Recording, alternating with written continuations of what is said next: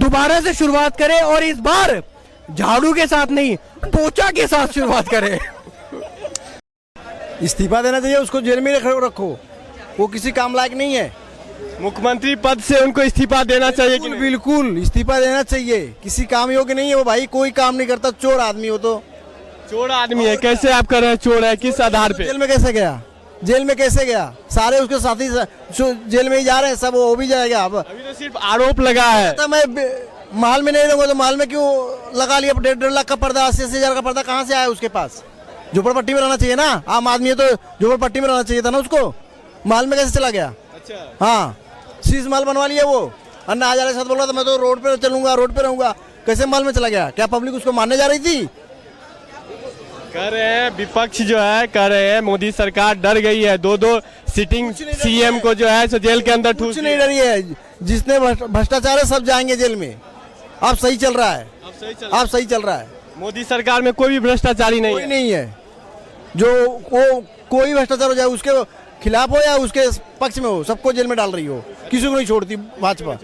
गलत है तो गलत है, सही है तो सही है, वो सही के साथ देती है, गलत के साथ नहीं देती। केजरीवाल को इस्तीफा दे देना चाहिए। बिल्कुल देना चाहिए। तो जेल में चला गया भैया, मुझे क्या उनको इस्तीफा देना चाहिए कि नहीं मुख्यमंत्री पद से? मैं तो कह रहा हूँ केजरीवाल 10 साल तक जेल में ही रहे। मुख्यमंत्री पद से की जरूरत की बात ही नहीं है, 10 साल तक जेल में रहे, पॉलिटिक्स से दूर रहे, भगवान का नाम जपे, इस्कॉन मंदिर में जाए, साधु संतों के साथ बैठे, थोड़ी सद्बुद्धि आएगी। Kejriwal should now go to church. Kejriwal should now go to his holiness मक्का, ठीक है? Kejriwal should now go to Kashi Vishwanath. उनको अब सामाजिक मोह माया से दूर रहना चाहिए। क्यों? सामाजिक राजनीतिक पार्टी है, सामाजिक मोह माया से दूर कैसे रहेंगे? सर देखो, मैं भ्रष्ट नहीं हूँ, ठीक है? बोलूं कैमरे में आकर और सर मैं ही 5 साल बाद भ्रष्ट हो जाऊं तो मेरे से बड़ा पागल इंसान कोई नहीं होगा, मेरे से बड़ा करप्टेड कोई नहीं होगा। तो इंसान जब पाप कर लेता है तो वो कहाँ जाता है? गंगा में जाता है पाप धोने के लिए। अब उस इंसान के लिए गंगा भी कम पड़ेगी। मैं सच बता रहा हूँ आपको, उस इंसान को सारे धामों में घूमना चाहिए, हर धर्म हर पंथ के धामों में जाना चाहिए, माफी मांगनी चाहिए, जब जाके उसके पाप धुलेंगे। उसके बाद दोबारा से शुरुआत करे और इस बार झाड़ू के साथ नहीं, पोचा के साथ शुरुआत करे। पोचा के साथ मतलब उनकी जो पार्टी का चिन्ह होगा अब झाड़ू नहीं होगी, अब पोचा होगा, पोचा। आप क्या देख रहे हैं, मुख्यमंत्री पद से इस्तीफा देना चाहिए कि नहीं केजरीवाल को? देना चाहिए, देना चाहिए। देना चाहिए, क्यों देना चाहिए? अभी तक तो अपराध जो उन पे जो आरोप लगाए हैं वो तो प्रूफ नहीं हुआ है, तो क्यों दे देना चाहिए? देखो हमारे संविधान में लिखा गया है, अगर जो आप दोषी पाए गए हो तो किसी भी इस आप नेतृत्व पूरे दिल्ली का कर रहे हो, आप जेल में रह के क्या साबित करना चाहते हो?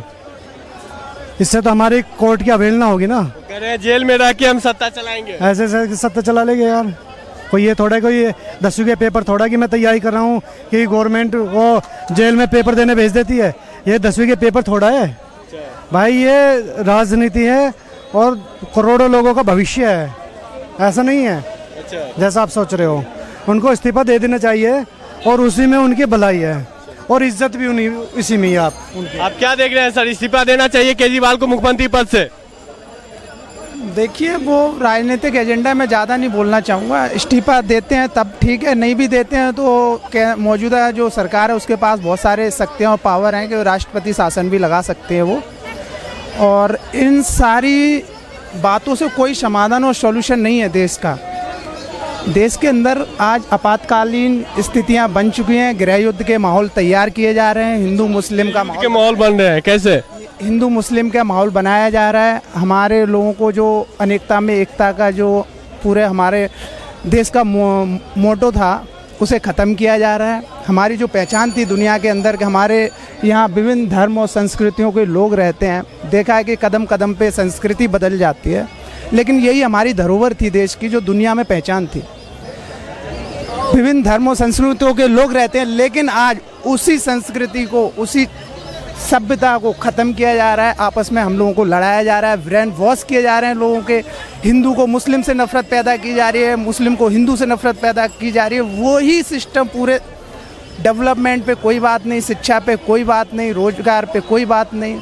तो बहुत बड़ा आप देख ही रहे हो, जो एक हमारे लोकतंत्र से हम लोगों को जो हक और अधिकार मिला था मतदान करने का, वो भी छीना जा चुका है ईवीएम से। भ्रष्टाचारी पे कार्रवाई हो रहा है तो आप लोग कह रहे हैं कि धर्म के नाम पे लोगों को बांट रहे हैं, ये कैसी बात है? देखिए, कार्रवाई का तो मैंने विरोध ही नहीं किया, कार्रवाई का तो मैंने विरोध ही नहीं किया। मैं तो कह रहा हूँ, अगर अपराधी चाहे किसी भी पार्टी का हो, चाहे किसी भी मजहब का हो, अपराधी को अपराधी की सजा मिलनी चाहिए।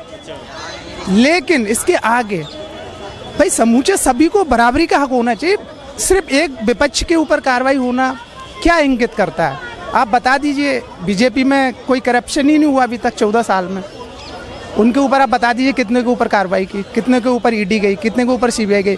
लेकिन ये भी एक घटनाक्रम नाटक है और आगे कुछ नहीं है। इनका भी कुछ ज़्यादा नहीं जाना, चाहे वो अरविंद केजरीवाल जी हो, चाहे विपक्ष का और कोई नेता हो। उसकी वजह है कि ये सब मिलजुल के, जितनी विपक्ष पार्टियां हो, मौजूदा सरकार है, वो सारे मिलजुल के देश को बर्बाद करने पे तुले हुए हैं। अगर इनमें जरा सी भी ईमानदारी होती तो देश के अंदर जिस तरीके से भारत जोड़ो यात्रा चला रहे हैं, जिस तरीके से और भी राजनीतिक पार्टियां अपने अपने कैंपेन चला रही हैं, इन सबको मिलके पहले ईवीएम हटाओ, देश बचाओ, ईवीएम तोड़ो, देश बचाओ, ईवीएम ख़त्म करो, बैलेट पेपर लाओ। पर इन्हें देश में आंदोलन करने चाहिए थे, देश में लोगों का सहयोग लेना चाहिए था, रोडों पे उतरना चाहिए था, ताकि लोकतंत्र को बचाया जा सके।